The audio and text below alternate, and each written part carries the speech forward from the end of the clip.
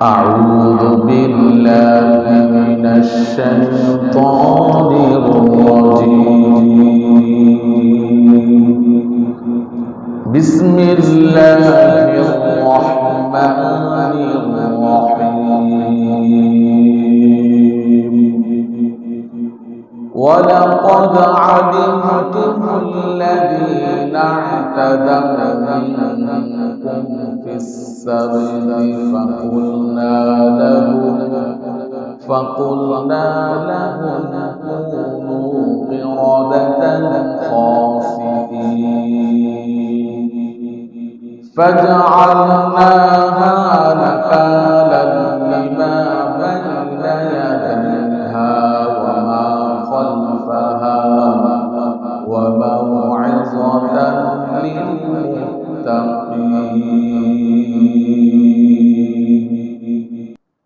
আল্লাহ তাআলা বলেন, তোমরা অবশ্যই জ্ঞাত আছো যে তোমাদের পূর্ববর্তী একটা জাতি তারা শনিবারের ব্যাপারে সীমালঙ্ঘন করেছে, ফলে আমি তাদেরকে বলেছি তোমরা অভিশপ্ত বানরে পরিণত হয়ে যাও।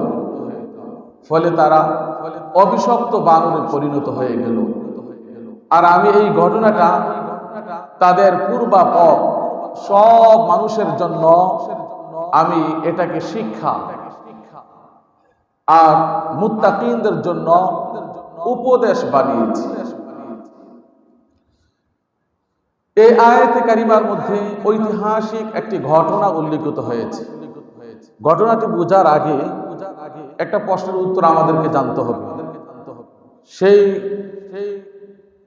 প্রশ্নটা হলো, আমরা মানুষ বানর থেকে এসেছে না বানর মানুষ থেকে এসেছে? যদি এই প্রশ্নটা কাউকে বলা হয়, মুসলমানদের মধ্যে যদি বলা হয়, তাহলে অনেকে আছে উত্তর দিতে পারবে যে মানুষ কি বানর থেকে আসছে না বানর মানুষ থেকে আসছে? বলতে পারবেন? মানুষ কি বানরের জাতি না বানর মানুষের জাতি? একেবারে সহজ উত্তর, মানুষ বানরের জাতি নয়, বানরও মানুষের জাতি। আল্লাহ তাআলা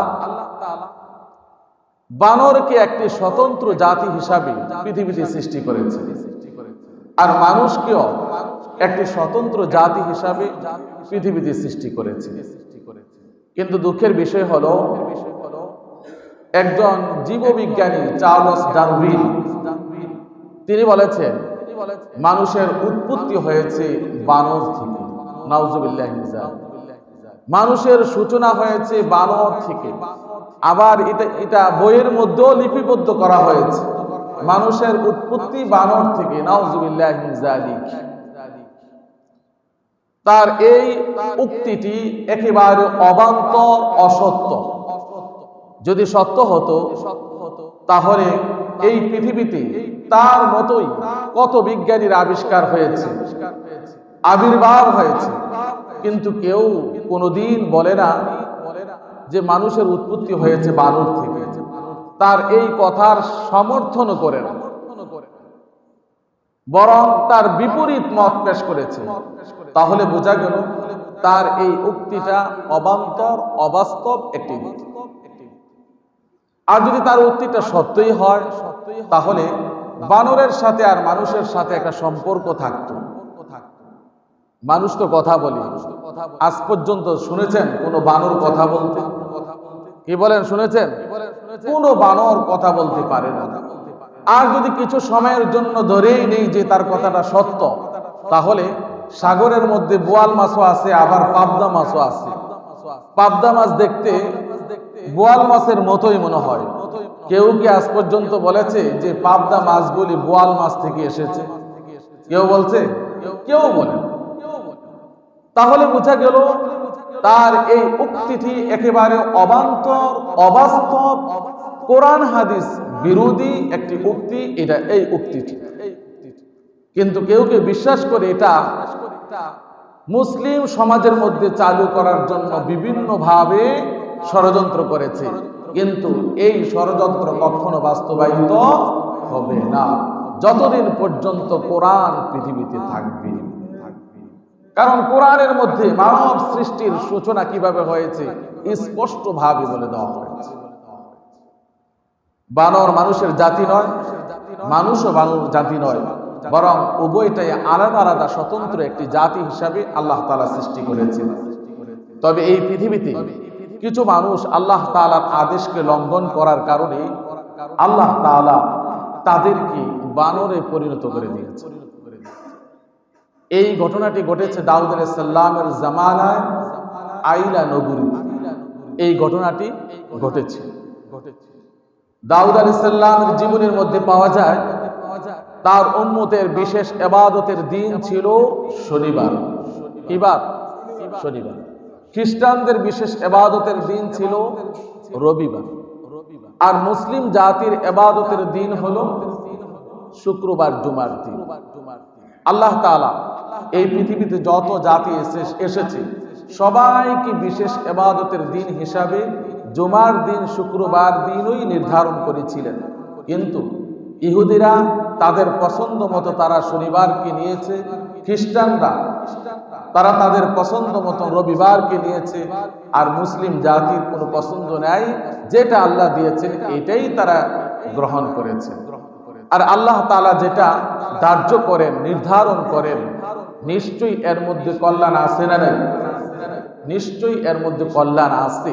তাহলে বোঝা যায় জুমার দিন, শুক্রবার দিনের মধ্যে অবশ্যই কল্যাণ রয়েছে। জুমার দিন, শুক্রবার দিন অবশ্যই গুরুত্বপূর্ণ একটি দিন। জুমার দিনের গুরুত্ব সম্পর্কে হাদিসের মধ্যে আল্লাহর নবী বলেছেন, ইন্না ইয়াউমাল জুমআতি সাইয়্যিদুল আইয়াম। জুমার দিন হলো সপ্তাহের মধ্যে শ্রেষ্ঠ দিন। ওয়া আযমুহা ইনদাল্লাহ, তার গুরুত্ব হলো আল্লাহর নিকটে অনেক অনেক বেশি। ওয়া হুয়া আযমু ইনদাল্লাহি মিন ইয়াউমিল আযহা ওয়া ইয়াউমিল ফিতর। আর জুমার দিনের গুরুত্ব আল্লাহর নিকটে ঈদুল আযহা, ঈদুল ফিতরের চাইতে বেশি। সুবহানাল্লাহ। এই দিনে আমাদের উপর কিছু বিধি নিষেধ আছে না নাই? জুমার দিনে আমাদের উপর কিছু বিধি নিষেধ আছে, কিছু কাজ করতে হবে, এগুলি বর্জন করতে হবে, এমন নির্দেশ আল্লাহ তাআলা আমাদেরকে দিয়েছেন। এই জুমার দিনের নামে একটা সূরাই আল্লাহ তাআলা কোরআনুল কারীমের মধ্যে অবতীর্ণ করেছেন। সেই সূরার মধ্যে আল্লাহ তাআলা বলে দিয়েছেন, ইয়া আইয়ুহাল্লাযীনা আমানু ইযা নুদিয়া লিস-সালাতি মিন ইয়াউমিল জুমআতি ফাসআউ ইলা যিকরিল্লাহি ওয়া যারুল বাই', যালিকুম খায়রুল লাকুম ইন কুনতুম তা'লামুন। হে ঈমানদারগণেরা, শুক্রবার দিন, জুমার দিন যখন জুমার নামাজের জন্য আযান দেওয়া হয়, তখন তোমরা আল্লাহর শরণে চলে যাও, ব্যবসা বাণিজ্য ছেড়ে দাও, কাজকর্ম ছেড়ে দিয়ে আল্লাহর শরণে চলে যাও। এটা তোমাদের জন্য উত্তম যদি তোমরা জানতে। জুমার দিন, জুমার নামাজের আযান হওয়ার পর থেকে শুরু করে জুমার নামাজ শেষ হওয়ার আগ পর্যন্ত নামাজের প্রস্তুতি ছাড়া দুনিয়াবি কোনো কাজ করা, চাই সেটা আপনার জন্য কল্যাণকর হোক, কোনো কাজ করা আল্লাহ রাব্বুল আলামিন নিষেধ করে দিয়েছেন, হারাম করে দিয়েছেন। জুমার নামাজের প্রস্তুতি ছাড়া কোনো কাজ করা যাবে না।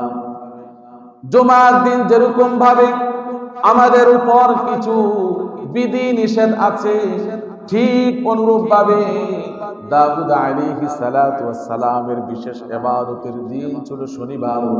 এই শনিবার দিন তাদের উপরে আল্লাহর পক্ষ থেকে কিছু বিধি নিষেধ ছিল। বিশেষ করে এই দিনে মাছ শিকার করা তাদের জন্য নিষেধ ছিল। তার কারণ হলো দাউদ আলাইহিস সালাতু ওয়াস সালাম যখন বিশেষ ইবাদতের দিন আসমানি কিতাব তেলাওয়াত করতেন, জাবুর কিতাব তেলাওয়াত করতেন, তখন সাগরের মাছগুলি কিনারার মধ্যে চলে আসতো, খুব মনোযোগ দিয়ে শ্রবণ করত। এই জন্য এই দিন মাছ শিকার করা তাদের জন্য নিষেধ ছিল। দাউদ আলাইহিস সালাম যখন কিতাব তেলাওয়াত করতেন তখন সাগরের মাছগুলি একেবারে কিনারায় চলে আসতো, ইচ্ছা করলে ধরাও যেত, কারণ খুব মনোযোগ দিয়ে তারা শ্রবণ করত। এই জন্য তার জাতির জন্য শনিবার দিন মাছ শিকার করা নিষেধ ছিল, হারাম ছিল। শনিবার দিন মাছ শিকার করা যাবে না। আল্লাহ তাআলা এই পৃথিবীর মধ্যে যত নবী পাঠিয়েছেন, যত রাসূল পাঠিয়েছেন, নবী রাসূলদেরকে প্রত্যেককে কিছু না কিছু মুজিজা, কিছু বৈশিষ্ট্য দান করেছে।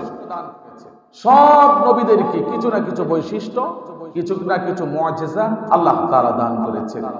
যেমন সুলাইমান আলাইহিস সালাতু ওয়াস সালামের মুজিজা ছিল আল্লাহ তাআলা সুলাইমান আলাইহিস সালাতু ওয়াস সালামকে পশু পাখি জীব জন্তুর ভাষা বোঝার জ্ঞান দান করেছেন। আরেকটি মুজিজা আল্লাহ তাআলা বাতাসকে তার অনুগত করে দিয়েছে। সুলাইমান আলাইহিস সালাতু ওয়াস সালাম যখন সিংহাসনের মধ্যে বসে বাতাসকে বলতেন আমাকে অমুক জায়গায় নিয়ে যাও, তখন বাতাস ওনাকে ওই জায়গায় পৌঁছিয়ে দিত। কুরআনুল কারীমের মধ্যে আছে ওয়ালি সুলাইমানার রিহা গুদুবুহা শাহরু ওয়া রাওয়াহুহা শাহর। আল্লাহ তাআলা বাতাসকে সুলাইমান আলাইহিস সালাতু ওয়াস সালামের অনুগত করে দিয়েছেন। সেই বাতাস সকাল বেলায় 1 মাসের রাস্তা, বিকাল বেলায় 1 মাসের রাস্তা, সর্বমোট প্রতিদিন এই সিংহাসনের মধ্যে চড়ে সুলাইমান আলাইহিস সালাম 2 মাসের রাস্তা অতিক্রম করতেন। সুবহানাল্লাহ। মূসা আলাইহিস সালাতু ওয়াস সালামের মুজিজা হলো আল্লাহ তাআলা তাকে অনেক মুজিজা দান করেছেন।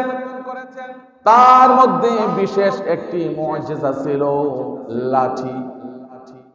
একদিন আল্লাহ তাআলা মূসা আলাইহিস সালাতু ওয়াস সালামকে বললেন ওয়ামা তিলকা বিয়ামিনিকা ইয়া মূসা, হে মূসা তোমার হাতে এটা কি, তোমার ডান হাতে এটা কি? মূসা আলাইহিস সালাতু ওয়াস সালাম বললেন হিয়া আসাই, এটা আমার লাঠি। আতাওয়াক্কালু আলাইহা, এর উপর ভর দিয়ে আমি চলি। ওয়া আহুশু বিহা আলা গনামি, আর এই লাঠি দিয়ে আমি আমার বকরির জন্য গাছ থেকে পাতা পারি। তাছাড়া আরো অনেক কাজে এই লাঠি আমি ব্যবহার করে থাকি। আল্লাহ রাব্বুল আলামিন বললেন হে মূসা, এই লাঠির আরেকটি মুজিজা আছে, আরেকটি বৈশিষ্ট্য আছে। সেই বৈশিষ্ট্যটা কি? আল্লাহ তাআলা বললেন ক্বালা আলকিহা ইয়া মূসা, তোমার হাতের লাঠিটা মাটির মধ্যে ফেলে দাও। মূসা আলাইহিস সালাম আল্লাহর কথা অনুযায়ী লাঠি যখন মাটির মধ্যে ছেড়ে দিলেন, সঙ্গে সঙ্গে এটা অজগর সাপ হয়ে ছুটাছুটি করতে লাগলো। মূসা আলাইহিস সালাতু ওয়াস সালাম ভয় পেলেন। আল্লাহ তাআলা ডেকে বললেন খুযহা ওয়ালা তাখাফ, এবার তুমি তাকে ধরো কিন্তু ভয় পেও না। মূসা আলাইহিস সালাতু ওয়াস সালাম যখন সাপটা ধরলেন, সঙ্গে সঙ্গে সেটা পূর্বের মতো আবার লাঠি হয়ে গেল। সুবহানাল্লাহ, পূর্বের মতো লাঠি হয়ে গেল। ফিরআউন মূসা আলাইহিস সালাতু ওয়াস সালামের সাথে মোকাবেলা করার জন্য মূসা আলাইহিস সালাতু ওয়াস সালামকে বলেছেন জাদুকর। এই জন্য তার জাদুবিদ্যার মোকাবেলা করার জন্য সারা মিশরের মধ্যে যত জাদুকর আছে বড় বড় সব জাদুঘরগুলিকে একত্রিত করলো একটি ময়দানের মধ্যে। এক পাশে সারা রাজ্যের বড় বড় জাদুঘর, আরেক পাশে হযরত মূসা আলাইহিস সালাতু ওয়াস সালাম একা। জাদুঘররা বলল, ক্বালু ইয়া মূসা ইম্মা আন তুলকিয়া ওয়া ইম্মা আন নাকুনা আউওয়ালা মান আলকা। হে মূসা, আগে তুমি জাদু দেখাবে না আমরা আগে জাদু দেখাবো? মূসা আলাইহিস সালাতু ওয়াস সালাম বললেন, আগে তোমরাই দেখাও। তারা জাদু দেখাতে গিয়ে যার কাছে যে লাঠি রশি ছিল সবগুলি ছেড়ে দিল, সেগুলি সাপ বিচ্ছু হয়ে ছোটাছুটি করতে লাগলো। তাদের পালা শেষ। এবার মূসা আলাইহিস সালাতু ওয়াস সালাম বললেন, তাহলে আমি কি এখন শুরু করতে পারবো? হ্যাঁ, শুরু করো। মূসা আলাইহিস সালাতু ওয়াস সালাম আল্লাহর আদেশে নিজের হাতের লাঠিটা ময়দানের মধ্যে ছেড়ে দিলেন। বিশাল বড় একটা সাপ হলো। সাপ হয়ে সেটা হা করলো। হা করে যখন ভিতরের দিকে শ্বাস টান দিয়েছে, তারা যত জাদু করেছে সবগুলি জাদুবিদ্যা ওই লাঠি মার্কা সাপের মধ্যে ঢুকে গিয়েছে। সুবহানাল্লাহ, সবগুলি ঢুকে গিয়েছে। জাদুকররা তো অবাক হয়ে গেল। জীবনে তো অনেক জাদু আমরা করেছি, দেখেছি, কিন্তু এমন জাদু তো কোনোদিন দেখি না যে জাদু খেয়ে ফেলে, জাদুবিদ্যার প্রতিক্রিয়া নষ্ট করে দেয়। কিন্তু এমন জাদু তো কোনো দেখি না যে এটা জাদু খেয়ে ফেলেছে। এটা আবার কি জাদু? তারা সত্য উপলব্ধি করতে পারলো। সঙ্গে সঙ্গে এই উপস্থিত সমাবেশের মধ্যে ফেরাউনের কাছে ঘোষণা দিল, ক্বালু আমান্না বিরব্বি হারুন ওয়া মূসা। আজ থেকে আমরা হারুন এবং মূসা আলাইহিস সালাতু ওয়াস সালামের প্রতিপালকের প্রতি ঈমান আনলাম। সুবহানাল্লাহ, সব জাদুঘর মুসলমান হয়ে গেছে, ঈমানদার হয়ে গেছে। ঈসা আলাইহিস সালাতু ওয়াস সালামের মুজিজা ছিল। আল্লাহ কোরআনে কারীমের মধ্যে বলে দিয়েছেন, তুমি বলে দাও, আন্নী ক্বাদ জিতুকুম বিআয়াতিন মির রাব্বিকুম। ঈসা আলাইহিস সালাতু ওয়াস সালাম তার জাতির কাছে এসে বললেন, আমি তো তোমাদের প্রতিপালকের পক্ষ থেকে নিদর্শন নিয়ে পৃথিবীতে এসেছি। আন্নী আখলুকু লাকুম মিনাত তিন। মূসা আলাইহিস সালাতু ওয়াস সালাম যখন মাটি হাতের মুঠার মধ্যে নিয়ে ছেড়ে দিতেন, সঙ্গে সঙ্গে সেটা পাখি হয়ে উড়ে যেত। সুবহানাল্লাহ। ঈসা আলাইহিস সালাম যখন হাতের মুঠার মধ্যে মাটি নিয়ে সেটা ছাড়তেন, সঙ্গে সঙ্গে সেটা স্বর্ণেতে পরিণত হয়ে যেত। সুবহানাল্লাহ। তার আরেকটি মুজিজা ছিল, ওয়া উবরিউল আকমাহা ওয়াল আবরাসা। তিনি জন্মান্ধ কুষ্ঠ রোগীকে তিনি যখন হাত বুলাতেন, সঙ্গে সঙ্গে জন্মান্ধ কুষ্ঠ রোগী ভালো হয়ে যেত। সুবহানাল্লাহ। তার আরেকটি মুজিজা ছিল, ওয়া উহিল মাউতা বিইذনিল্লাহ। তিনি শত শত বছর আগে মৃত্যুবরণ করেছে এমন ব্যক্তির কবরের পাশ দিয়ে যখন যাওয়ার সময় বলতেন কুম বিইذনিল্লাহ, সঙ্গে সঙ্গে কবর থেকে ওই মৃত ব্যক্তি জিন্দা হয়ে দাঁড়িয়ে যেত। সুবহানাল্লাহ। তার আরেকটি মুজিজা ছিল, ওয়া উনাব্বিউকুম বিমা তাকুলুনা ওয়া মা তাদাখিরুনা ফি বুয়ুতিকুম।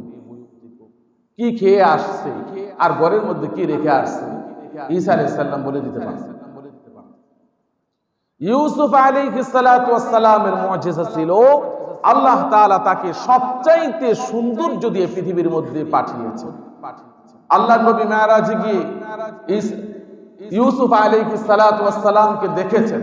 পৃথিবীতে এসে বলেছেন, ও আমার সাহাবীরা, আল্লাহ তাআলা পৃথিবীর অর্ধেক সৌন্দর্য ইউসুফ আলাইহিস সালাতু ওয়াস সালামকে দান করেছে, আর অর্ধেক সৌন্দর্য পৃথিবীর সব মাখলুকাতের মাঝে বন্টন করে দিয়েছেন। অর্ধেক সৌন্দর্য দিয়ে আল্লাহ তাআলা ইউসুফ আলাইহিস সালাতু ওয়াস সালামকে সৃষ্টি করেছেন। তাহলে ইউসুফ আলাইহিস সালাম কত সৌন্দর্য ছিলেন, কত সুন্দর ছিলেন, কল্পনাও করা যাবে না। মিশরের বাদশা ইউসুফ আলাইহিস সালাতু ওয়াস সালামকে বাজার থেকে চড়া মূল্য দিয়ে ক্রয় করে বাসার মধ্যে নিয়ে নিজের সন্তানের মতো লালন পালন করতে লাগলেন। আস্তে আস্তে বড় হতে লাগলো।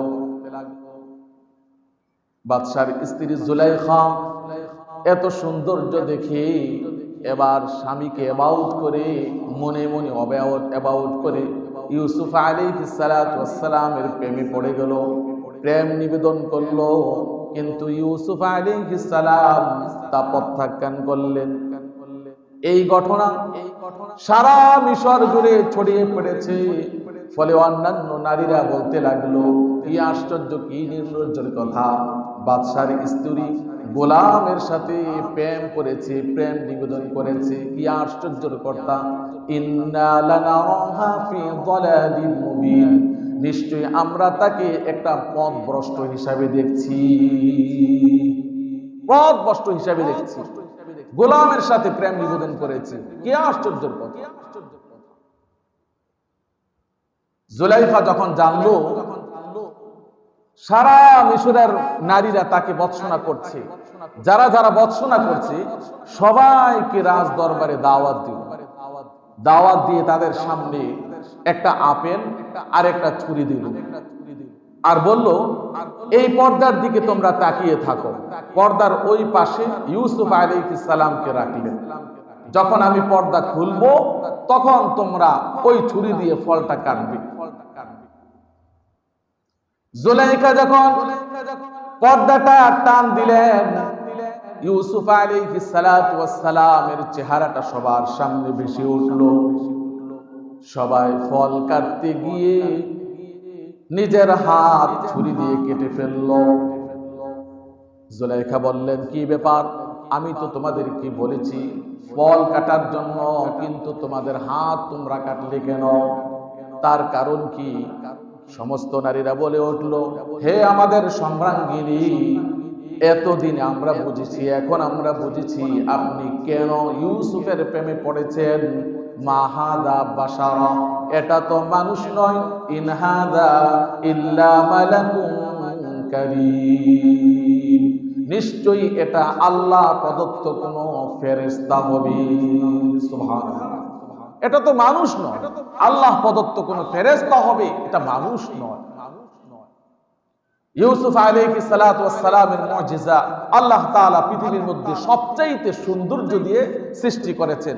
তার আরেকটা মুজিজা ছিল আল্লাহ তাআলা তাকে স্বপ্নের ব্যাখ্যা বলে দেওয়ার জ্ঞান দান করেছেন, যার কারণে তিনি একটি স্বপ্নের ব্যাখ্যা দিয়ে কারাগারের মধ্যে ছিলেন, জেলখানার মধ্যে ছিলেন। বাদশার একটি স্বপ্নের ব্যাখ্যা দিয়ে মিশরের বাদশা হয়ে গিয়েছেন। সুবহানাল্লাহ। বিশ্ব নবীর মুজিজা হলো সবচাইতে বেশি। কিতাবের মধ্যে আসছে আল্লাহ তাআলা তাকে 3000-এর চাইতে বেশি মুজিজা বিশ্ব নবীকে দান করেছেন। সুবহানাল্লাহ। বিশ্ব নবীর একটি মুজিজা ছিল, একদিন তিনি রাত্রি বেলায় বের হয়ে দেখেন কতগুলি ছেলে রাস্তার মধ্যে বসে বসে গল্প গুজব করছে। ছেলেগুলি আল্লাহর নবীকে দেখে উপহাস করার জন্য বলল, হে মুহাম্মদ, ওই যে আকাশে তার সূর্যের চন্দ্রটা দেখো, কি সুন্দর দেখা যাচ্ছে, তুমি যদি এই চন্দ্রটাকে দুইটা ভাগ করে দিতে পারো তাহলে আমরা তোমার প্রতি ঈমান আনব। তারা মনে করেছে আল্লাহর নবী এটা পারবেন না, এটা অসম্ভব, অতএব আমরা মুহাম্মদকে নিয়ে হাসি তামাশা করব, একটা হাসির পাত্র আমরা তাকে বানাবো। আল্লাহ নবী বললেন, তোমরা কি ঈমান আনবে? তা করে দিলে, হ্যাঁ আমরা ঈমান আনব। আল্লাহ নবী আল্লাহর কাছে বললেন, রব্বুল আলামিন তারা কি চায় তা করে দাও। আল্লাহর নবী আকাশের দিকে তাকিয়ে, চন্দ্রের দিকে তাকিয়ে যখন এভাবে হাত দিলেন, সঙ্গে সঙ্গে চন্দ্রটা দুইটা ভাগ হয়ে গেল। সুবহানাল্লাহ, দুইটা ভাগ হয়ে গিয়েছে। তৎকালীন যুগে যারা ছিল তারা তো তা দেখেইছি, আর আমরা কিভাবে জানবো? আমরা ইতিহাস পড়ে তা জেনেছি। তাছাড়া আরেকটি প্রমাণ হলো, কিছু বিজ্ঞানী চাঁদের দেশে গিয়েছিলেন, তাদের মধ্যে একজন ছিলেন নীল আর্মস্ট্রং। তিনি ইসলামের নবীর ইতিহাস সম্পর্কে খুব ভালো জানতেন। ইতিহাস পড়তে পড়তে গিয়ে এই ইতিহাসটা পড়েছেন যে চাঁদকে তিনি হাতের ইশারায় 2 টুকরা করেছেন। যখন নীল আর্মস্ট্রং সর্বপ্রথম চাঁদের মধ্যে পা রাখলেন, তখন তিনি দেখলেন চাঁদের মাঝখানে ফাটা দেখা যাচ্ছে। সুবহানাল্লাহ, ফাটা দেখা যাচ্ছে। তিনি সেখান থেকে এসে সত্য উপলব্ধি করে মুসলমান হয়ে গিয়েছেন। সুবহানাল্লাহ। কিন্তু দুঃখের বিষয় হলো তার মুসলমান হওয়ার বিষয়টা কাফের মুশরিকরা গোপন রেখেছে। বিশ্বনবীর আরেকটা মুজিজা ছিল, বিশ্বনবী একদিন নীরব নিভৃতে কোরআন তেলাওয়াত করছেন। রাত্রিবেলা কোরআন তেলাওয়াত করছেন। এমন সময় একদল জিন মহাসৈন্য দিয়ে কোথাও যাচ্ছে। যখন আল্লাহর নবীর কোরআন তেলাওয়াতের আওয়াজ তাদের কর্ণকুহরের মধ্যে পৌঁছলো, সঙ্গে সঙ্গে তারা গতি স্টপ করে দিয়ে এখানে নামলো। নেমে পিছনে পিছনে দাঁড়িয়ে দাঁড়িয়ে কোরআন তেলাওয়াত শ্রবণ করছি। যখন আল্লাহর নবী আসসালামু আলাইকুম বলে নামাজ শেষ করলেন, তখন তারা বলল, ইন্না সামি'না কুরআনান আজাবা, এক আশ্চর্য ধরনের কোরআনের তেলাওয়াত আজকে আমরা শুনেছি। ইয়াহদি ইলা রুশদি ফাআমান্না বি, যেই তেলাওয়াত আমাদেরকে সত্যের দিকে পথ প্রদর্শন করে, অতএব আমরা মুসলমান হয়ে গেলাম। সুবহানাল্লাহ। এই জিনদের বয়স 1000-2000 বছর, যারা তাওরাত, জাবুর, ইনজিল কিতাব শুনেছে, কিন্তু এই সমস্ত কিতাবের তেলাওয়াত তাদেরকে যতটা মুগ্ধ করতে পেরেছে, তার চাইতে বেশি মুগ্ধ করে পেরেছে এই কোরআনের তেলাওয়াত, যার কারণে সঙ্গে সঙ্গে তারা মুসলমান হয়ে গিয়েছে। সুবহানাল্লাহ। দাউদ আলাইহিস সালাতু ওয়াস সালামের মুজিজা ছিল। আল্লাহ তাআলা বলেন, ওয়ালাকাদ আতাইনা দাউদ মিন্না ফাদলা ইয়া জিবালু আওবিবি মাআহু ওয়াত-তাইর। আল্লাহ তাআলা বলেন, আমি দাউদকে অনুগ্রহ করেছি। আমি পাহাড়কে বলেছি, আমি পাখিকে বলেছি, হে পাহাড়, হে পাখিরা, তোমরা দাউদ আলাইহিস সালাতু ওয়াস সালামের সাথে তোমরা আমার তাসবিহ আদায় করো।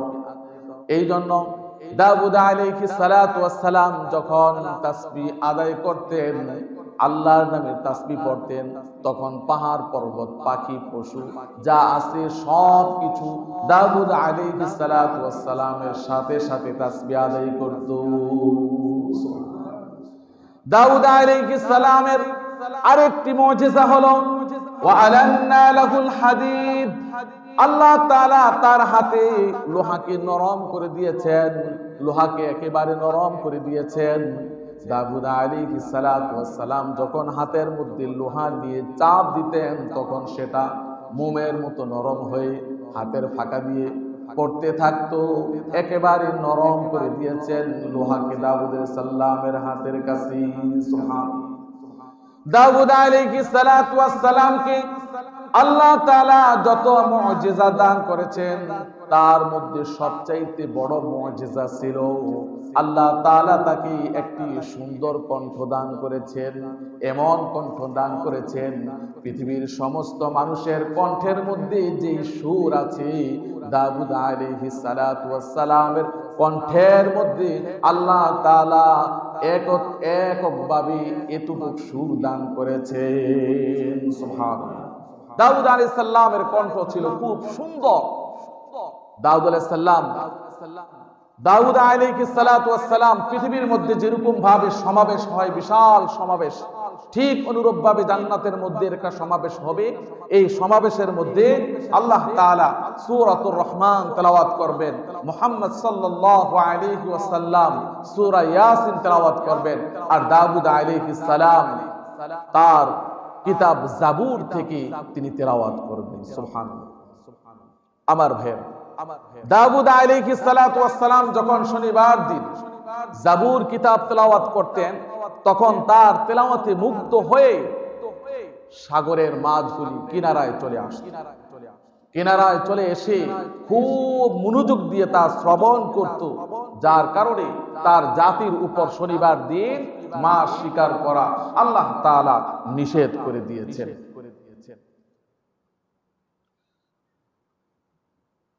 লোহিত সাগরের পাশে আইলা নামক একটা চর আছে। তিনি যেই এলাকার মধ্যে নবী হিসাবে এসেছেন, লোহিত সাগরের পাশে আইলা নামক একটা চর আছে। এই চরের অধিবাসী এখানে বসবাস করে 12,000 লোক। এই অধিবাসীর মধ্যে কিছু শ্রেণীর লোক আজ তাদের আদি পেশা ছিল মাছ শিকার করা। মাছ শিকার করা তাদের আদি পেশা ছিল।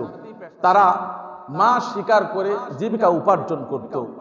তারা যখন মাছের এই অবস্থা দেখলো, শনিবার দিন সব মাছ এসে সাগরের কিনার মধ্যে থই থই করতে থাকে, তাদের লোভ আর তারা সামলাতে পারলো না। তারা কৌশল অবলম্বন করলো, ওই সাগর থেকে ছোট ছোট গর্ত করে রাখতো আর জাল পেতে রাখতো। জালের ভিতরে আসলে শনিবার দিন তার মুখ বন্ধ করে দিত, গর্তের মুখ বন্ধ করে দিত। রবিবার গিয়ে তারা এই মাছ শিকার করত। তাদের এই অপকর্মের কথা এক কান দুই কান করে সারা এলাকার মধ্যে, গ্রামের মধ্যে ছড়িয়ে পড়ল যে তারা তো এই কৌশল অবলম্বন করে মাছ শিকার করছে। তাদের এই অপকর্মের কথা শুনে, তাদের এই অপকর্ম দেখে এলাকাবাসী দুই ভাগে বিভক্ত হয়ে গেল।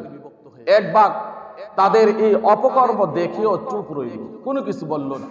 তারা তাদের কাজ করুক, আমার তো কোনো অসুবিধা নেই, চুপ করে রইল।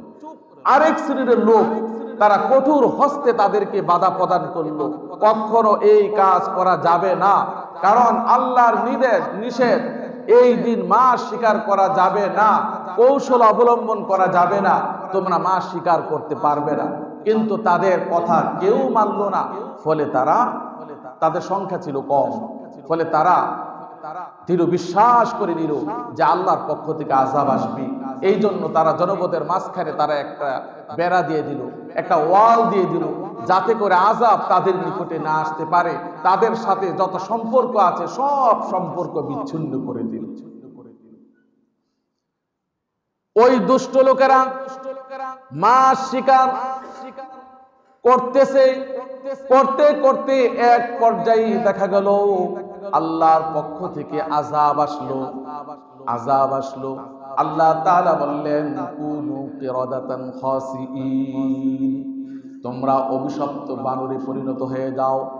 ফলে যারা মাছ শিকার করেছে তারা বানরে পরিণত হয়ে গেছে। আর যারা তাদের এই অপকর্ম দেখে বাধা প্রদান করে না, চুপ করে রয়েছে, আমার তো কোনো ক্ষতি হয় না, তারা তাদের কাজ করুক, তারাও বানরে পরিণত হয়ে গিয়েছে। আর যারা তাদেরকে বাধা দিয়েছে, সকাল বেলায় ঘুম থেকে উঠে দেখে ওই জনপদের মানুষের সবগুলি ঘর বন্ধ দেখা যাচ্ছে, দরজাগুলি বন্ধ, কোনো আওয়াজ নাই, কোনো মানুষের আনাগোনা নাই। তারা ওয়াল টপকিয়ে গিয়ে দেখে সবগুলি দরজা বন্ধ, ঘরের ভিতরে শুধু চেঁচামেচি শোনা যাচ্ছে। দরজাগুলি ভেঙে ঘরের মধ্যে প্রবেশ করে দেখি সবগুলি মানুষ বানরে পরিণত হয়ে গেছে, সবগুলি মানুষ বানরে পরিণত হয়ে গেছে। তারা তাদের আত্মীয় স্বজন আসলে চিনে কান্নাকাটি করে কোনো কিছুই বলতে পারে না। এভাবে করে তারা 3 দিন কান্নাকাটি করে না খেয়ে পৃথিবীর থেকে বিদায় হয়ে গিয়েছে। 3 দিন পর তারা পৃথিবীর থেকে এই মানুষগুলি বিদায় হয়ে গিয়েছে। এই ঘটনাটা কোরআনুল কারীমের 4টি সূরার মধ্যে আছে। সূরাতুল বাকারার মধ্যে আছে, সূরা নিসার মধ্যে আছে, সূরা আরাফের মধ্যে আছে, সূরা নাহলের মধ্যে আছে। আল্লাহ তাআলা এই ঘটনা কোরআনুল কারীমের মধ্যে উল্লেখ করেছেন আমাদেরকে ঘটনা শোনানোর জন্য। কি বলেন, ঘটনা শোনানোর জন্য আল্লাহ উল্লেখ করছে? কখনো নয়। আল্লাহ তাআলা এই ঘটনা উল্লেখ করে আমাদেরকে শিক্ষা নেওয়ার জন্য বলেছেন। যারা অন্যায় কাজ করবে, যারা অন্যায় কাজের সাপোর্ট করবে, যারা অন্যায় কাজ দেখে চুপ করে থাকবে, আল্লাহ তাআলা তাদের পরিণত এরকম ভাবে করে দিবে। ঠিক না? এখন প্রশ্ন হতে পারে, এরকম তো অনেক আল্লাহ তাআলার বিধান তো লঙ্ঘন করছে, কিন্তু কোনো মানুষ তো বানরে পরিণত হয় না, কোনো মানুষ তো শূকর জানোয়ারে পরিণত হয় না। প্রশ্ন আসতে পারে, তাহলে কি কোরআনের এই কথা অসত্য? কখনো অসত্য নয়, বরং বিভিন্ন জাতি গুনাহ করার কারণে তাদের আকার আকৃতি পরিণত হয়ে যেত। মুসা আলাইহিস সালামের জাতি যখন গুনাহ করত, সকালবেলায় ঘুমের থেকে উঠে দেখত দরজার সামনে লেখা, কি গুনাহ করেছে দরজার সামনে লেখা। যদি বাবা গুনাহ করে আর দরজার সামনে লেখা দেখে সন্তানে, তাহলে সন্তান কি বাবাকে মানবে? মানবে না। আল্লাহর নবী বিভিন্ন দিক চিন্তা ভাবনা করে আল্লাহর কাছে দোয়া করেছেন, আল্লাহ তুমি আমার জাতিকে, আমার উম্মতকে গুনাহের কারণে চেহারা বিকৃতি করে দিও না, তুমি তাদেরকে অপমানিত করিও না, তুমি তাদের গুনাহকে তুমি ঢেকে রাখিও। আল্লাহর নবীর এই দোয়ার বরকতে আল্লাহ তাআলা উম্মতে মুহাম্মাদির চেহারা বিকৃতি বন্ধ করে দিয়েছেন। চেহারা বিকৃতি করেন না, কিন্তু তাদের অন্তরটাকে বিকৃত করে দেন। এই জন্য দেখা যায় যে একজন বাবার ছেলে, ভালো মানুষের ছেলে, একজনে নামাজ পড়ে আরেকজনে বেনমাজি হয়ে যায়, একজনের হাতে তাসবিহ থাকে আরেকজনের হাতে পিস্তল থাকে, আছে না? কারণ যে গুনাহ করতে করতে তার ভিতরটা এরকম ভাবে জানোয়ারের মতন বিকৃত হয়ে গেছে। আল্লাহ তাআলা যাতে আমাদের সবাইকে এই কথাগুলো বুঝা আমল করার তৌফিক দান করেন। সবাই বলি আমিন। আসসালামু আলাইকুম ওয়া রাহমাতুল্লাহি ওয়া বারাকাতুহু।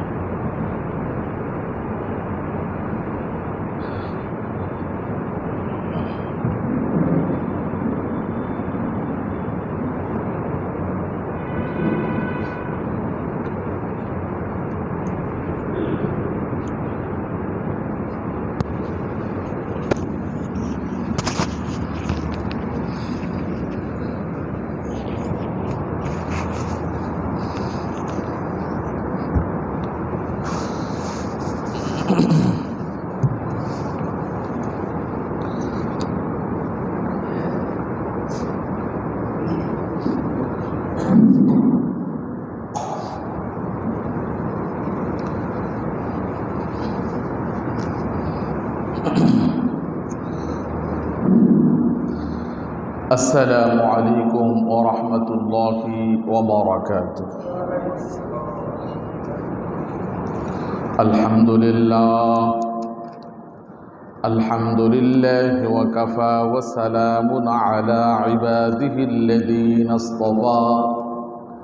أما بعد فقد قال الله تعالى في كلامه المجيد وفرقانه الحميد: أعوذ بالله من الشيطان الرجيم.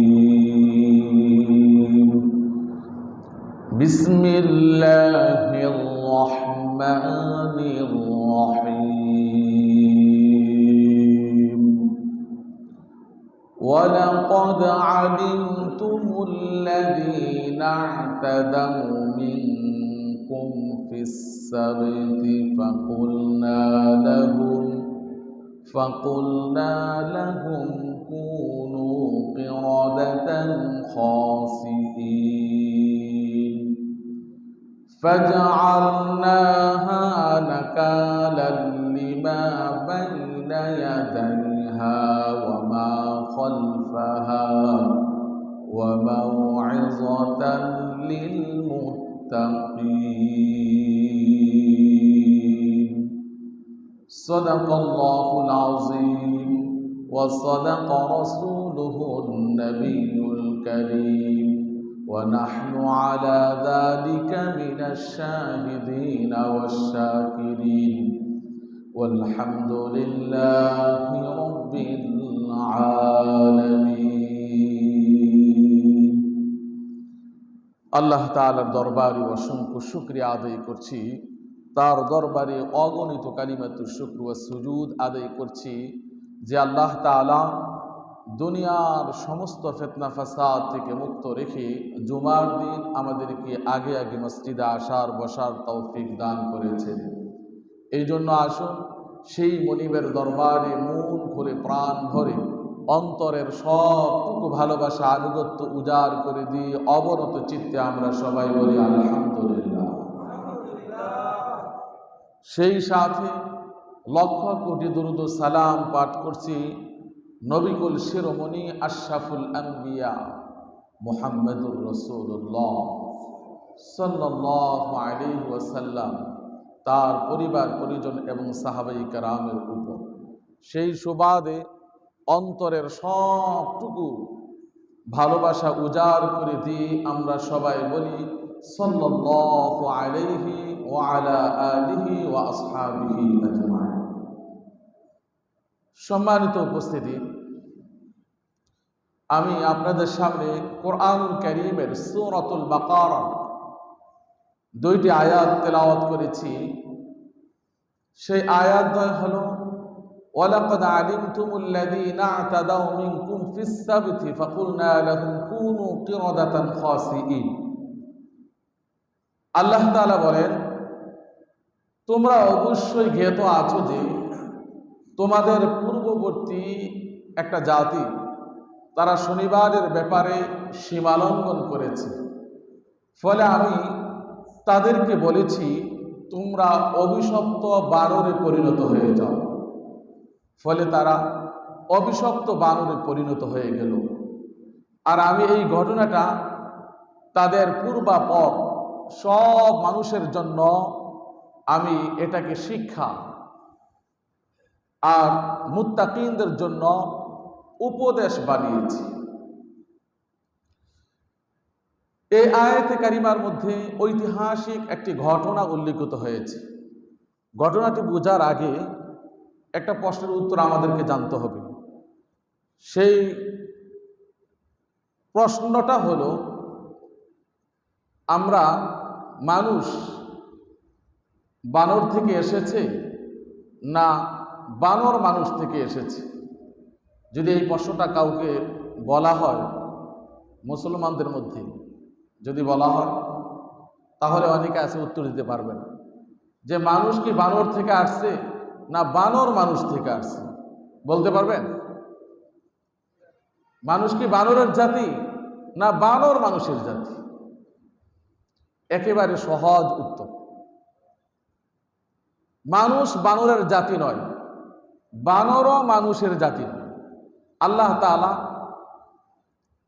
বানরকে একটি স্বতন্ত্র জাতি হিসাবে পৃথিবীতে সৃষ্টি করেছে, আর মানুষকেও একটি স্বতন্ত্র জাতি হিসাবে পৃথিবীতে সৃষ্টি করেছে।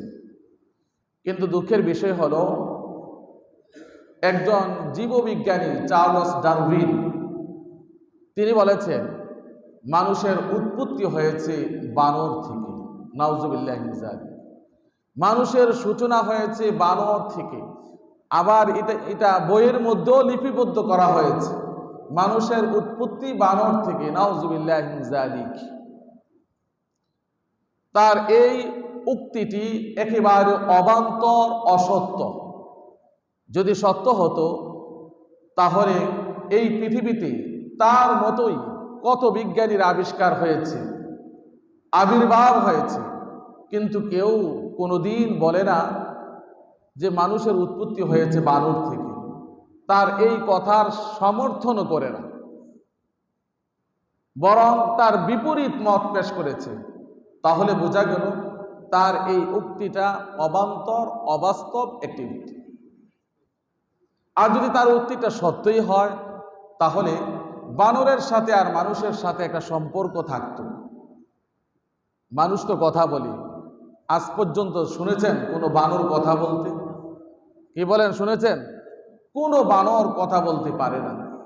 আর যদি কিছু সময়ের জন্য ধরেই নেই যে তার কথাটা সত্য, তাহলে সাগরের মধ্যে বোয়াল মাছও আছে, আবার পাবদা মাছও আছে। পাবদা মাছ দেখতে বোয়াল মাছের মতোই মনে হয়। কেউ কি আজ পর্যন্ত বলেছে যে পাবদা মাছগুলি বোয়াল মাছ থেকে এসেছে? কেউ বলছে? কেউ বলেন। তাহলে বোঝা গেল তার এই উক্তিটি একেবারে অবান্তর, অবাস্তব, কোরআন হাদিস বিরোধী একটি উক্তি। এটা এই উক্তিটি কিন্তু কেউ কেউ বিশ্বাস করে এটা মুসলিম সমাজের মধ্যে চালু করার জন্য বিভিন্নভাবে ষড়যন্ত্র করেছে, কিন্তু এই ষড়যন্ত্র কখনো বাস্তবায়িত হবে না যতদিন পর্যন্ত কোরআন পৃথিবীতে থাকবে। কারণ কোরআনের মধ্যে মানব সৃষ্টির সূচনা কিভাবে হয়েছে স্পষ্টভাবে বলে দেওয়া হয়েছে। বানর মানুষের জাতি নয়, মানুষও বানর জাতি নয়, বরং উভয়টাই আলাদা আলাদা স্বতন্ত্র একটি জাতি হিসাবে আল্লাহ তাআলা সৃষ্টি করেছেন। তবে এই পৃথিবীতে কিছু মানুষ আল্লাহ তাআলার আদেশকে লঙ্ঘন করার কারণে আল্লাহ তাআলা তাদেরকে বানরে পরিণত করে দিয়েছে।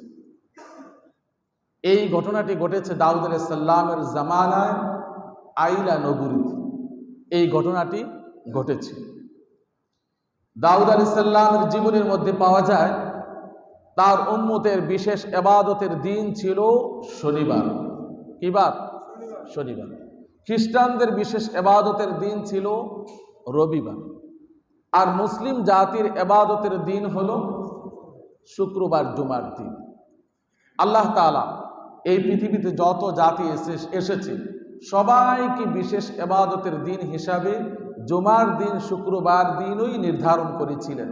কিন্তু ইহুদিরা তাদের পছন্দ মতো তারা শনিবারকে নিয়েছে, খ্রিস্টানরা তারা তাদের পছন্দ মতো রবিবারকে নিয়েছে, আর মুসলিম জাতির কোনো পছন্দ নাই, যেটা আল্লাহ দিয়েছেন এটাই তারা গ্রহণ করেছেন। আর আল্লাহ তাআলা যেটা ধার্য করেন, নির্ধারণ করেন, নিশ্চয়ই এর মধ্যে কল্যাণ আছে না নাই? নিশ্চয়ই এর মধ্যে কল্যাণ আছে। তাহলে বোঝা যায় জুমার দিন, শুক্রবার দিনের মধ্যে অবশ্যই কল্যাণ রয়েছে। জুমার দিন, শুক্রবার দিন অবশ্যই গুরুত্বপূর্ণ একটি দিন। জুমার দিনের গুরুত্ব সম্পর্কে হাদিসের মধ্যে আল্লাহর নবী বলেছেন, ইন্না ইয়াউমাল জুমআতি সাইয়্যিদুল আইয়াম। জুমার দিন হলো সপ্তাহের মধ্যে শ্রেষ্ঠ দিন। ওয়া আযমুহা ইনদাল্লাহ, তার গুরুত্ব হলো আল্লাহর নিকটে অনেক অনেক বেশি। ওয়া হুয়া আযমু ইনদাল্লাহি মিন ইয়াউমিল আযহা ওয়া ইয়াউমিল ফিত্র। আর জুমার দিনের গুরুত্ব আল্লাহর নিকটে ঈদুল আযহা, ঈদুল ফিতরের চাইতে বেশি। সুবহানাল্লাহ। এই দিনে আমাদের উপর কিছু বিধি নিষেধ আছে না নাই? জুমার দিনে আমাদের উপর কিছু বিধি নিষেধ আছে, কিছু কাজ করতে হবে, এগুলি বর্জন করতে হবে, এমন নির্দেশ আল্লাহ তাআলা আমাদেরকে দিয়েছেন। এই জুমার দিনের নামে একটা সূরাই আল্লাহ তাআলা কোরআনুল কারীমের মধ্যে অবতীর্ণ করেছেন। সেই সূরার মধ্যে আল্লাহ তাআলা বলে দিয়েছেন, ইয়া আইয়ুহাল্লাযীনা আমানু ইযা নুদিয়া লিস-সালাতি মিন ইয়াউমিল জুমআতি ফাসআউ ইলা যিকরিল্লাহি ওয়া যারুল বাই', যালিকুম খায়রুল লাকুম ইন কুনতুম তা'লামুন। হে ঈমানদারগণেরা, শুক্রবার দিন, জুমার দিন যখন জুমার নামাজের জন্য আযান দেওয়া হয়, তখন তোমরা আল্লাহর শরণে চলে যাও, ব্যবসা বাণিজ্য ছেড়ে দাও, কাজকর্ম ছেড়ে দিয়ে আল্লাহর শরণে চলে যাও। এটা তোমাদের জন্য উত্তম যদি তোমরা জানতে। জুমার দিন, জুমার নামাজের আযান হওয়ার পর থেকে শুরু করে জুমার নামাজ শেষ হওয়ার আগ পর্যন্ত নামাজের প্রস্তুতি ছাড়া দুনিয়াবি কোনো কাজ করা, চাই সেটা আপনার জন্য কল্যাণকর হোক, কোনো কাজ করা আল্লাহ রাব্বুল আলামিন নিষেধ করে দিয়েছেন, হারাম করে দিয়েছেন। জুমার নামাজের প্রস্তুতি ছাড়া কোনো কাজ করা যাবে না। জুমার দিন যেরকম ভাবে আমাদের উপর কিছু বিধি নিষেধ আছে, ঠিক অনুরূপ ভাবে দাউদ আলাইহিস সালাতু ওয়াস সালামের বিশেষ ইবাদতের দিন ছিল শনিবার। এই শনিবার দিন তাদের উপরেও আল্লাহর পক্ষ থেকে কিছু বিধি নিষেধ ছিল, বিশেষ করে এই দিনে মাছ শিকার করা তাদের জন্য নিষেধ ছিল। তার কারণ হলো দাউদ আলাইহিস সালাতু ওয়াস সালাম যখন বিশেষ ইবাদতের দিন আসমানি কিতাব তেলাওয়াত করতেন, জাবুর কিতাব তেলাওয়াত করতেন, তখন সাগরের মাছগুলি কিনারার মধ্যে চলে আসতো, খুব মনোযোগ দিয়ে শ্রবণ করত। এই জন্য এই দিন মাছ শিকার করা তাদের জন্য নিষেধ ছিল।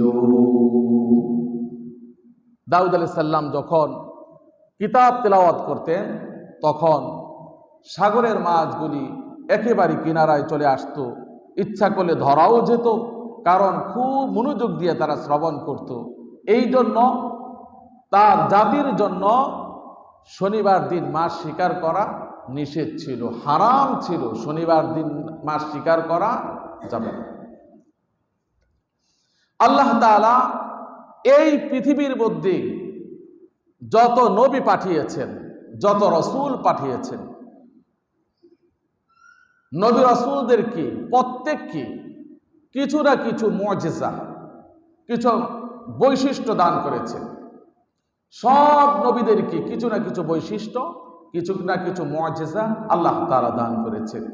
যেমন সুলাইমান আলাইহিস সালাতু ওয়াস সালামের মুজিজা ছিল আল্লাহ তাআলা সুলাইমান আলাইহিস সালাতু ওয়াস সালামকে পশু পাখি জীব জন্তুর ভাষা বোঝার জ্ঞান দান করেছেন।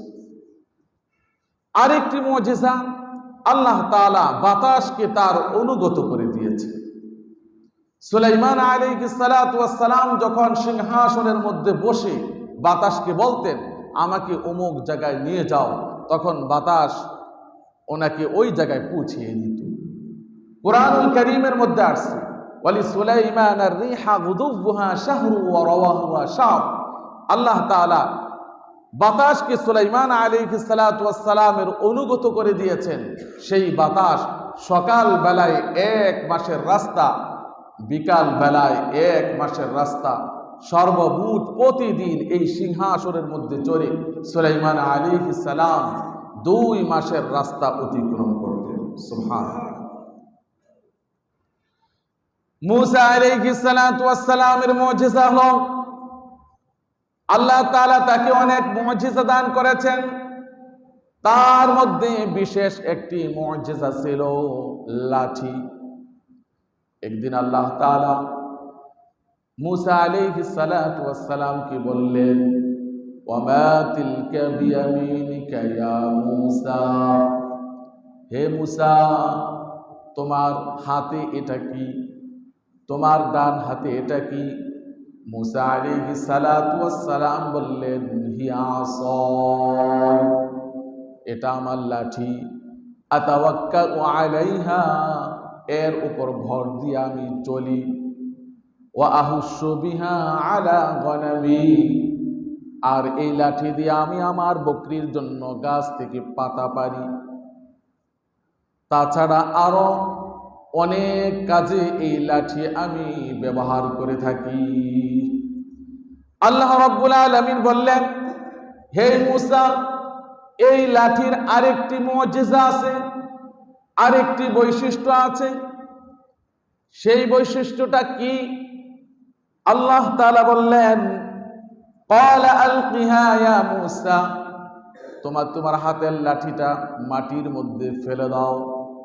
মূসা আলাইহিস সালাম আল্লাহর কথা অনুযায়ী লাঠি যখন মাটির মধ্যে ছেড়ে দিলেন, সঙ্গে সঙ্গে এটা অজগর সাপ হয়ে ছুটাছুটি করতে লাগলো।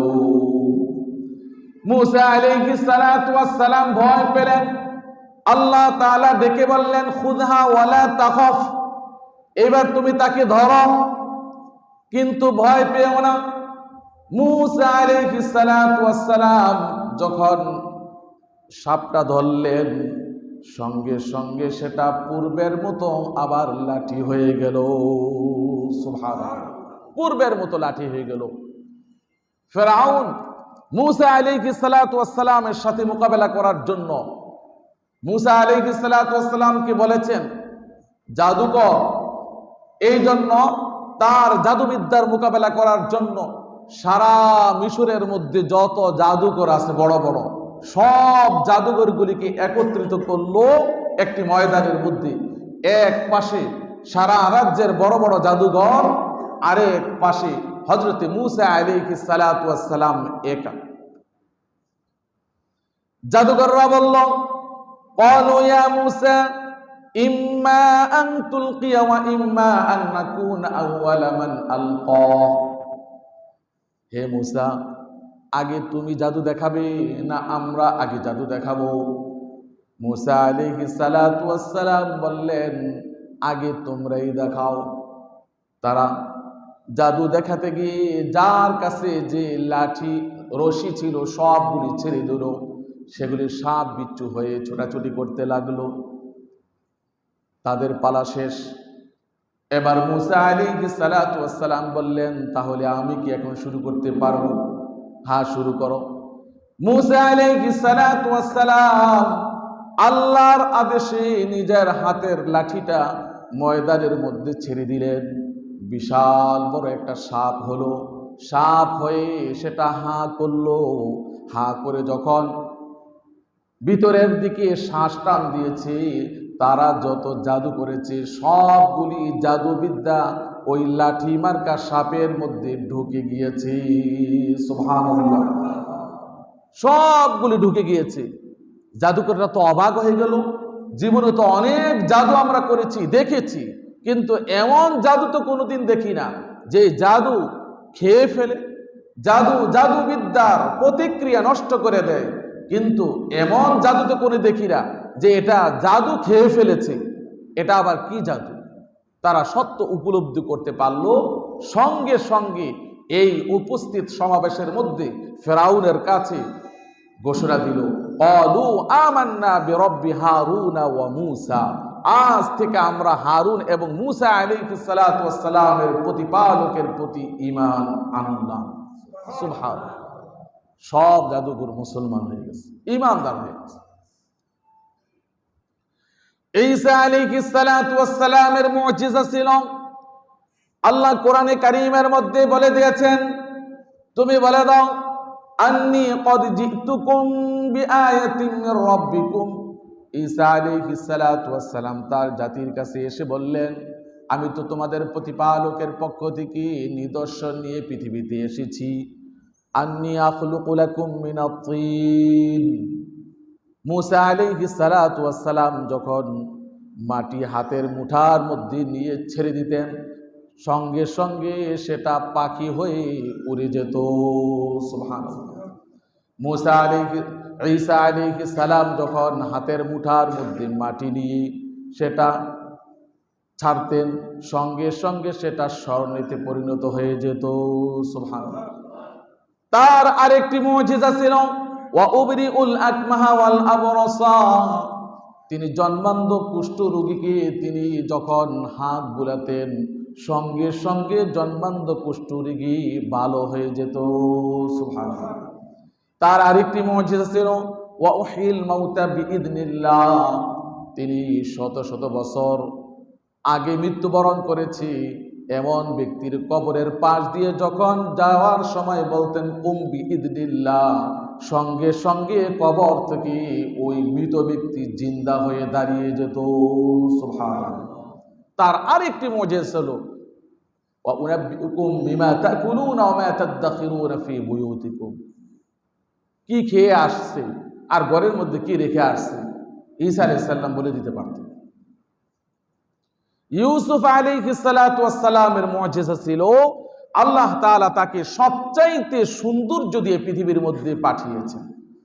আল্লাহ নবী মেরাজে গিয়ে ইউসুফ আলাইহিস সালাতু ওয়াস সালামকে দেখেছেন, পৃথিবীতে এসে বলেছেন, ও আমার সাহাবীরা, আল্লাহ তাআলা পৃথিবীর অর্ধেক সৌন্দর্য ইউসুফ আলাইহিস সালাতু ওয়াস সালামকে দান করেছে, আর অর্ধেক সৌন্দর্য পৃথিবীর সব মাখলুকাতের মাঝে বন্টন করে দিয়েছেন।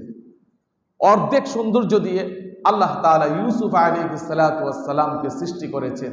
তাহলে ইউসুফ আলাইহিস সালাম কত সৌন্দর্য ছিলেন, কত সুন্দর ছিলেন, কল্পনাও করা যাবে না। মিশরের বাদশা ইউসুফ আলাইহিস সালাতু ওয়াস সালামকে বাজার থেকে চড়া মূল্য দিয়ে ক্রয় করে বাসার মধ্যে নিয়ে নিজের সন্তানের মতো লালন পালন করতে লাগলেন। আস্তে আস্তে বড় হতে লাগলো। বাদশার স্ত্রী জুলাইখা এত সৌন্দর্য দেখে এবার স্বামীকে অ্যাবাউট করে মনে মনে অ্যাবাউট করে ইউসুফ আলাইহিস সালাতু ওয়াস সালামের প্রেমে পড়ে গেল, প্রেম নিবেদন করলো। কিন্তু ইউসুফ আলাইহিস সালাম তা প্রত্যাখ্যান করলেন।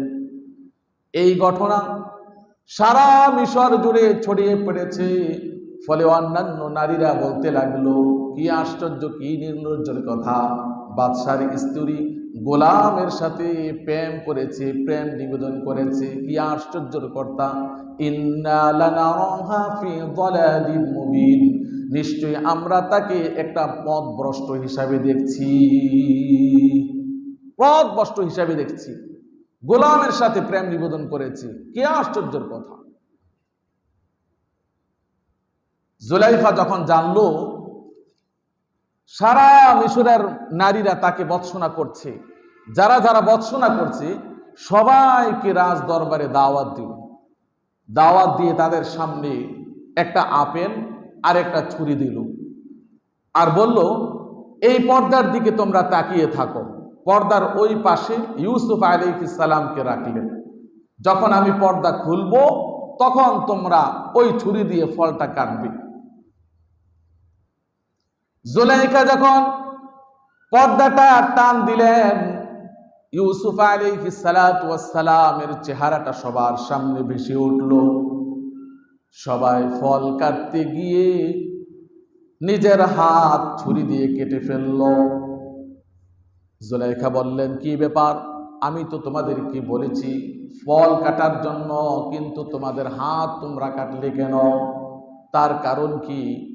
সমস্ত নারীরা বলে উঠল, হে আমাদের সম্রাঙ্গিনী, এতদিন আমরা বুঝেছি, এখন আমরা বুঝেছি আপনি কেন ইউসুফের প্রেমে পড়েছেন। মা হাদা বাশারা, এটা তো মানুষ নয়, ইন হাদা ইল্লা মালাকুন কারীম, নিশ্চয়ই এটা আল্লাহ প্রদত্ত কোনো ফেরেশতা হবে। সুবহানাল্লাহ, এটা তো মানুষ নয়, আল্লাহ প্রদত্ত কোনো ফেরেশতা হবে, এটা মানুষ নয়। ইউসুফ আলাইহিস সালাতু ওয়াস সালামের মুজিজা আল্লাহ তাআলা পৃথিবীর মধ্যে সবচাইতে সৌন্দর্য দিয়ে সৃষ্টি করেছেন। তার আরেকটা মুজিজা ছিল, আল্লাহ তাআলা তাকে স্বপ্নের ব্যাখ্যা বলে দেওয়ার জ্ঞান দান করেছেন, যার কারণে তিনি একটি স্বপ্নের ব্যাখ্যা দিয়ে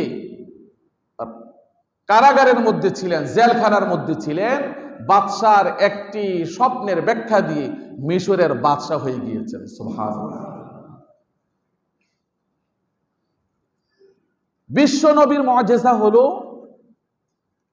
সবচাইতে বেশি। কিতাবের মধ্যে আসছে আল্লাহ তাআলা তাকে ৩,০০০-এর চাইতে বেশি মুজিজা বিশ্ব নবীকে দান করেছেন। সুবহানাল্লাহ। বিশ্ব নবীর একটি মুজিজা ছিল, একদিন তিনি রাত্রি বেলায় বের হয়েছে, বের হয়ে দেখেন কতগুলি ছেলে রাস্তার মধ্যে বসে বসে গল্প গুজব করছে। ছেলেগুলি আল্লাহর নবীকে দেখে উপহাস করার জন্য বলল, হে মোহাম্মদ, ওই যে আকাশে তার সূর্য চন্দ্রটা দেখো, কি সুন্দর দেখা যাচ্ছে, তুমি যদি এই চন্দ্রটাকে দুইটা ভাগ করে দিতে পারো তাহলে আমরা তোমার প্রতি ঈমান আনব।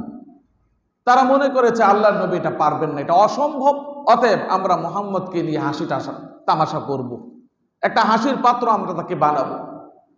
আল্লাহ নবী বললেন, তোমরা কি ঈমান আনবে? তা করে দিলে, হ্যাঁ আমরা ঈমান আনবো। আল্লাহ নবী আল্লাহর কাছে বললেন, রব্বুল আলামিন তারা কি চায় তা করে দাও।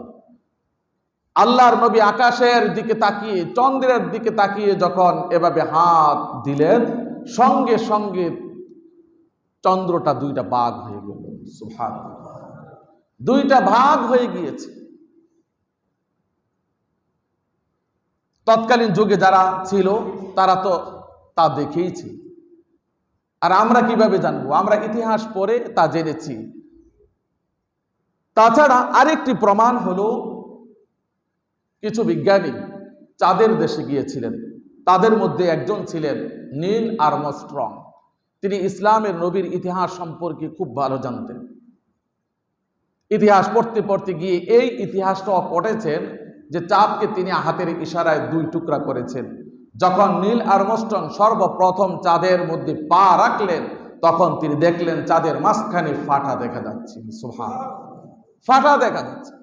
তিনি সেখান থেকে এসে সত্য উপলব্ধি করে মুসলমান হয়ে গিয়েছেন। সুবহানাল্লাহ। কিন্তু দুঃখের বিষয় হলো তার মুসলমান হওয়ার বিষয়টা কাফের মুশরিকরা গোপন রেখেছে। বিশ্বনবীর আরেকটা মুজিজা ছিল। বিশ্বনবী একদিন নীরব নিভৃতে কোরআন তেলাওয়াত করছেন, রাত্রিবেলা কোরআন তেলাওয়াত করছেন। এমন সময় একদল জিন মহাশূন্য দিয়ে কোথাও যাচ্ছে। যখন আল্লাহর নবীর কোরআন তেলাওয়াতের আওয়াজ তাদের কর্ণকুহরের মধ্যে পৌঁছলো, সঙ্গে সঙ্গে তারা গতি স্টপ করে দিয়ে এখানে নামলো। নেমে পিছনে পিছনে দাঁড়িয়ে দাঁড়িয়ে কোরআন তেলাওয়াত শ্রবণ করছি। যখন আল্লাহর নবী আসসালামু আলাইকুম বলে নামাজ শেষ করলেন, তখন তারা বলল, ইন্না সামি'না কুরআনান আজাবা, এক আশ্চর্য ধরনের কোরআনের তেলাওয়াত আজকে আমরা শুনেছি। ইয়াহদি ইলা রুশদি ফাআমান্না বি, যেই তেলাওয়াত আমাদেরকে সত্যের দিকে পথ প্রদর্শন করে, অতএব আমরা মুসলমান হয়ে গেলাম। সুবহানাল্লাহ। এই জিনদের বয়স 1000-2000 বছর। যারা তাওরাত, জাবুর, ইনজিল কিতাব শুনেছে, কিন্তু এই সমস্ত কিতাবের তেলাওয়াত তাদেরকে যতটা মুগ্ধ করতে পেরেছে, তার চাইতে বেশি মুগ্ধ করে পেরেছে এই কোরআনের তেলাওয়াত, যার কারণে সঙ্গে সঙ্গে তারা মুসলমান হয়ে গিয়েছে। সুবহানাল্লাহ। দাউদ আলাইহিস সালাতু ওয়াস সালামের মুজিজা ছিল। আল্লাহ তাআলা বলেন, ওয়ালাকাদ আতাইনা দাউদা মিন্না ফাদলা ইয়া জিবালু আওবিবি মাআহু ওয়াত-তাইর। আল্লাহ তাআলা বলেন, আমি দাউদকে অনুগ্রহ করেছি। আমি পাহাড়কে বলেছি, আমি পাখিকে বলেছি, হে পাহাড়, হে পাখিরা, তোমরা দাউদ আলাইহিস সালামের সাথে তোমরা আমার তাসবিহ আদায় করো। এই জন্য দাউদ আলাইহিস সালাম যখন তাসবিহ আদায় করতেন, আল্লাহর নামে তাসবিহ পড়তেন, তখন পাহাড়, পর্বত, পাখি, পশু যা আছে সব কিছু দাউদ আলাইহিস সালামের সাথে সাথে তাসবিহ আদায় করত। দাউদ আলাইহিস সালামের আরেকটি মুজিজা হলো ওয়া আলান্না লাহুল হাদিদ। আল্লাহ তাআলা তার হাতে লোহাকে নরম করে দিয়েছেন, লোহাকে একেবারে নরম করে দিয়েছেন। দাউদ আলাইহিস সালাম যখন হাতের মধ্যে লোহা নিয়ে চাপ দিতেন, তখন সেটা মোমের মতো নরম হয়ে হাতের ফাঁকা দিয়ে পড়তে থাকতো। একেবারে নরম করে দিয়েছেন লোহাকে দাউদের সাল্লামের হাতের কাছে। সুবহানাল্লাহ। দাউদ আলাইহিস সালামকে আল্লাহ তাআলা যত মুজিজা দান করেছেন, তার মধ্যে সবচাইতে বড় মুজিজা ছিল আল্লাহ তাআলা তাকে একটি সুন্দর কণ্ঠ দান করেছেন। এমন কণ্ঠ দান করেছেন, পৃথিবীর সমস্ত মানুষের কণ্ঠের মধ্যে যে সুর আছে, দাউদ আলাইহিস সালামের কণ্ঠের মধ্যে আল্লাহ তাআলা এককভাবে এতটুক সুর দান করেছেন। সুবহানাল্লাহ। দাউদ আলাইহিস সালামের কণ্ঠ ছিল খুব সুন্দর। দাউদ আলাইহিস সালাম পৃথিবীর মধ্যে যেরকম ভাবে সমাবেশ হয়, বিশাল সমাবেশ, ঠিক অনুরূপ ভাবে জান্নাতের মধ্যে একটা সমাবেশ হবে। এই সমাবেশের মধ্যে আল্লাহ তাআলা সূরাতুর রহমান তেলাওয়াত করবেন, মুহাম্মদ সাল্লাল্লাহু আলাইহি ওয়াসাল্লাম সূরা ইয়াসিন তেলাওয়াত করবেন, আর দাউদ আলাইহিস সালাম তার কিতাব জাবুর থেকে তিনি তেলাওয়াত করবেন। সুবহানাল্লাহ। আমার ভাইয়েরা, দাউদ আলাইহিস সালাম যখন শনিবার দিন জাবুর কিতাব তেলাওয়াত করতেন, তখন তার তেলাওয়াতে মুগ্ধ হয়ে সাগরের মাছগুলি কিনারায় চলে আসত। কিনারায় চলে এসে খুব মনোযোগ দিয়ে তা শ্রবণ করত, যার কারণে তার জাতির উপর শনিবার দিন মাছ শিকার করা আল্লাহ তাআলা নিষেধ করে দিয়েছেন।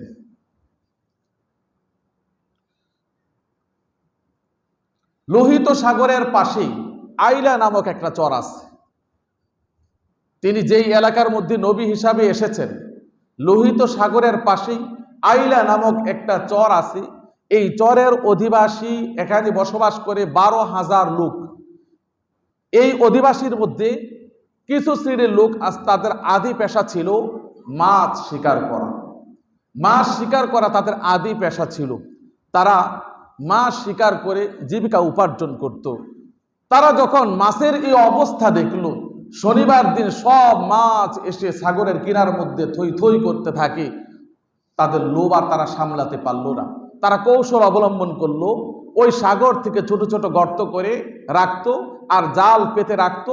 জালের ভিতরে আসলে শনিবার দিন তার মুখ বন্ধ করে দিত, গর্তের মুখ বন্ধ করে দিত। রবিবার গিয়ে তারা এই মাছ শিকার করত। তাদের এই অপকর্মের কথা এক কান দুই কান করে সারা এলাকার মধ্যে, গ্রামের মধ্যে ছড়িয়ে পড়ল যে তারা তো এই কৌশল অবলম্বন করে মাছ শিকার করছে। তাদের এই অপকর্মের কথা শুনে, তাদের এই অপকর্ম দেখে এলাকাবাসী দুই ভাগে বিভক্ত হয়ে গেল। এক ভাগ তাদের এই অপকর্ম দেখেও চুপ রইল, কোনো কিছু বলল না, তারা তাদের কাজ করুক, আমার তো কোনো অসুবিধা নেই, চুপ করে রইল। আরেক শ্রেণীর লোক তারা কঠোর হস্তে তাদেরকে বাধা প্রদান করলো, কখনো এই কাজ করা যাবে না, কারণ আল্লাহর নিষেধ, এই দিন মাছ শিকার করা যাবে না, কৌশল অবলম্বন করা যাবে না, তোমরা মাছ শিকার করতে পারবে না। কিন্তু তাদের কথা কেউ মানল না। ফলে তাদের সংখ্যা ছিল কম, ফলে তারা দৃঢ় বিশ্বাস করে নিল যে আল্লাহর পক্ষ থেকে আযাব আসবে। এই জন্য তারা জনপদের মাঝখানে তারা একটা বেড়া দিয়ে দিল, একটা ওয়াল দিয়ে দিল, যাতে করে আযাব তাদের নিকটে না আসতে পারে। তাদের সাথে যত সম্পর্ক আছে সব সম্পর্ক বিচ্ছিন্ন করে দিল। ওই দুষ্ট লোকেরা মাছ শিকার করতেছে, করতে করতে এক পর্যায়ে দেখা গেল আল্লাহর পক্ষ থেকে আযাব আসলো। আল্লাহ তাআলা বললেন, কুনু কিরাদাতান খাসিইন, তোমরা অভিশপ্ত বানরে পরিণত হয়ে যাও। ফলে যারা মাছ শিকার করেছে তারা বানরে পরিণত হয়ে গেছে। আর যারা তাদের এই অপকর্ম দেখে বাধা প্রদান করে না, চুপ করে রয়েছে, আমার তো কোনো ক্ষতি হয় না, তারা তাদের কাজ করুক, তারাও বানরে পরিণত হয়ে গিয়েছে। আর যারা তাদেরকে বাধা দিয়েছে, সকালবেলায় ঘুম থেকে উঠে দেখে ওই জনপদের মানুষের সবগুলি ঘর বন্ধ দেখা যাচ্ছে, দরজাগুলি বন্ধ, কোনো আওয়াজ নাই, কোনো মানুষের আনাগোনা নাই। তারা ওয়াল টপকিয়ে গিয়ে দেখে সবগুলি দরজা বন্ধ, ঘরের ভিতরে শুধু চেঁচামেচি শোনা যাচ্ছে। দরজাগুলি ভেঙে ঘরের মধ্যে প্রবেশ করে দেখি সবগুলি মানুষ বানরে পরিণত হয়ে গেছে, সবগুলি মানুষ বানরে পরিণত হয়ে গেছে। তারা তাদের আত্মীয় স্বজন আসলে চিনে কান্নাকাটি করে কোনো কিছুই বলতে পারে না। এভাবে করে তারা 3 দিন কান্নাকাটি করে না খেয়ে পৃথিবীর থেকে বিদায় হয়ে গিয়েছে। 3 দিন পর তারা পৃথিবীর থেকে এই মানুষগুলি বিদায় হয়ে গিয়েছে। এই ঘটনাটা কোরআনুল কারীমের 4টি সূরার মধ্যে আছে। সূরাতুল বাকারার মধ্যে আছে, সূরা নিসার মধ্যে আছে, সূরা আরাফের মধ্যে আছে, সূরা নাহলের মধ্যে আছে। আল্লাহ তাআলা এই ঘটনা কোরআনুল কারীমের মধ্যে উল্লেখ করেছেন আমাদেরকে ঘটনা শোনানোর জন্য না। কি বলেন, ঘটনা শোনানোর জন্য আল্লাহ উল্লেখ করছেন? কখনো নয়। আল্লাহ তাআলা এই ঘটনা উল্লেখ করে আমাদেরকে শিক্ষা নেওয়ার জন্য বলেছেন, যারা অন্যায় কাজ করবে, যারা অন্যায় কাজের সাপোর্ট করবে, যারা অন্যায় কাজ দেখে চুপ করে থাকবে, আল্লাহ তাআলা তাদের পরিণত এরকম ভাবে করে দিবে। ঠিক না? এখন প্রশ্ন হতে পারে, এরকম তো অনেক আল্লাহ তাআলার বিধান তো লঙ্ঘন করছে, কিন্তু কোনো মানুষ তো বানরে পরিণত হয় না, কোনো মানুষ তো শূকর জানোয়ারে পরিণত হয় না। প্রশ্ন আসতে পারে, তাহলে কি কোরআনের এই কথা অসত্য? কখনো অসত্য নয়, বরং বিভিন্ন জাতির গুনাহ করার কারণে তাদের আকার আকৃতি পরিণত হয়ে যেত। মুসা আলাইহিস সালামের জাতি যখন গুনাহ করত, সকালবেলায় ঘুমের থেকে উঠে দেখত দরজার সামনে লেখা।